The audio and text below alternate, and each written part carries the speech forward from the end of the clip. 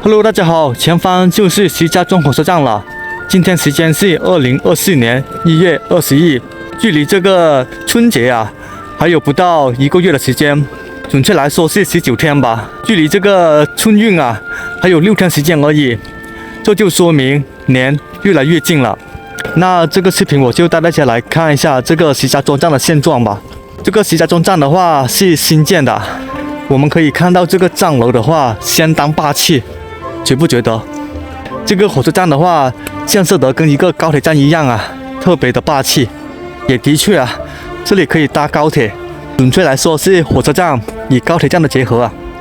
我环视一周，可以看到这个广场上啊好冷清吧，都没有人在候车。不过我们可以看到附近啊很多高楼大厦，看到没有？这就说明石家庄这几年的发展啊相当不错。那边也是很多高楼大厦呀。好了，废话不多说，现在我就带大家来看一下这个石家庄的现状怎样。前方就是进站口吧，我们都过去看一下。我看到有些人从前方的楼梯上来，负1楼应该就是地铁站。下了地铁，从这里出来，然后去前方进闸过安检，才能进去候车搭车的。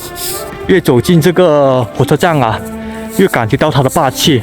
前方就是进站口了，不过我们可以看到此时此刻的进站口啊，好冷清吧，都没有人进站的，有点出乎意料啊。要知道的话，这个年啊越来越近了，按道理来说，返乡的人会挺多才对的。难道大家都进去候车了吗？那我们也进去看一下。前方都过去，原来是先过安检再过闸的。跟别人反过来啊，那就先过安检吧。过安检喽，去前方过闸，过闸喽，上去2楼，上到2楼了。我们看一下这个情况，哇，这个装修啊，特别的高大上啊，觉不觉得？就好像进入了一座城堡一样，太美了。我们可以看到前方的候车人啊，也没有特别的多吧，我还以为今天会人山人海的，谁知道感觉还是空荡荡的。而且的话，现在啊还是大学生放假的时候了，按道理来说会有很多大学生啊开始回家或者是去干嘛的。不过也的确，我们可以看到这个火车站里面啊，这个年轻的脸庞还是挺多的，应该都是大学生来的。可以看到前方很匆忙啊，应该是快错过班次了吧。所以说我们来搭车的时候啊，最好提早来吧，提早1个小时就不会那么匆忙了。如果是踩点来的话，那很容易就会错过了。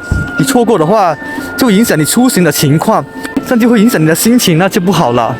还有就是我还发现啊，这个火车站的话，它有4个进站口吧，前方1个，前方1个，这边1个，这边1个。可以看到前方候车的人啊，就相对多一点吧，这边就比较少人。